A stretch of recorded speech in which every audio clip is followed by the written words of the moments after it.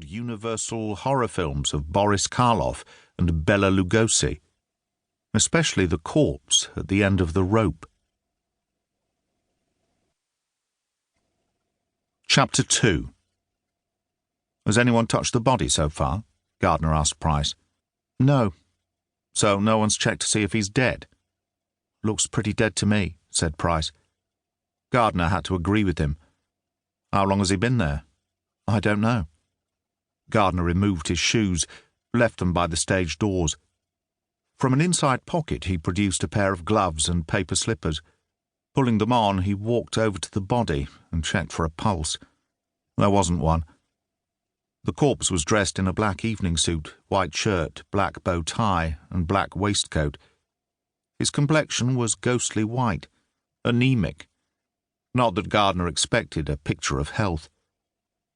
Glancing beyond the body, Gardener noticed a scenery board with an open door frame. 2 more people had arrived. He peered up at the ceiling to search the rafters and saw the beam with the rope attached to it, but nothing more.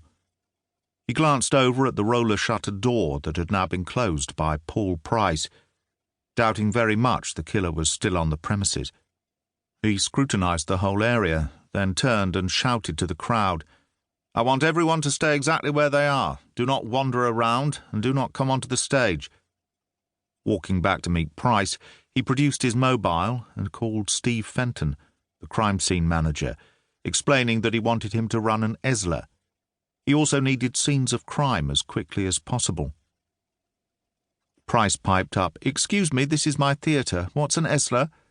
Gardener faced him. You're wrong, Mr. Price. It's a crime scene, so now it's my theatre, and you wouldn't understand. Don't patronise me. I do watch the crime shows on the TV. Gardener smiled. Very well. ESLA is the electrostatic lifting apparatus. It looks like a sheet of tin foil. Once we've rolled it over the stage, we'll attach wires to either end, where a machine will then pass a charge through it. That will lift all the dust exactly as it's laid out on the floor.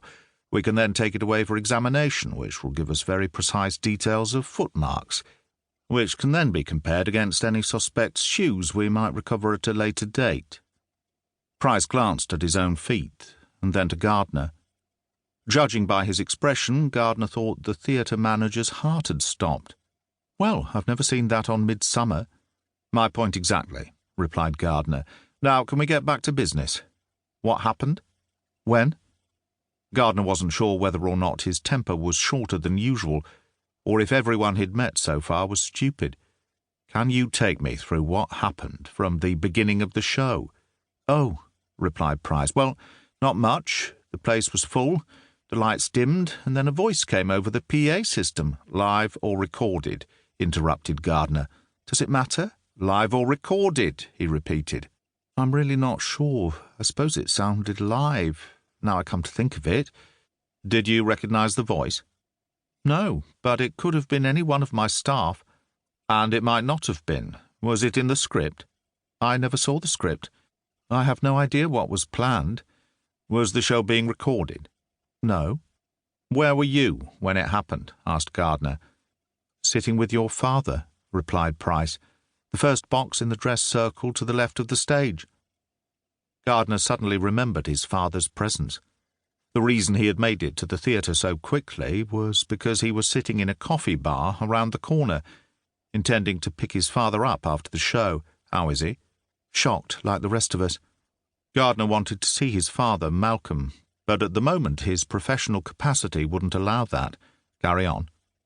Well, after the voice, before the curtain was raised, we saw fog creeping out from underneath. The curtain rose, but Leonard White was nowhere to be seen. Where should he have been? Asked Gardener. On the settee, I assume. But as I've said, I never saw the script. Suddenly there were a couple of explosions and lots of lighting before a voice screamed out something I didn't catch. And then the body simply dropped and just sort of dangled there.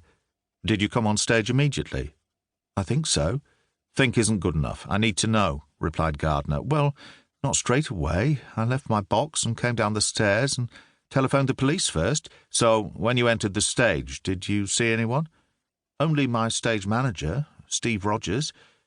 Where is he now? I think he went in the direction of the roller shutter door.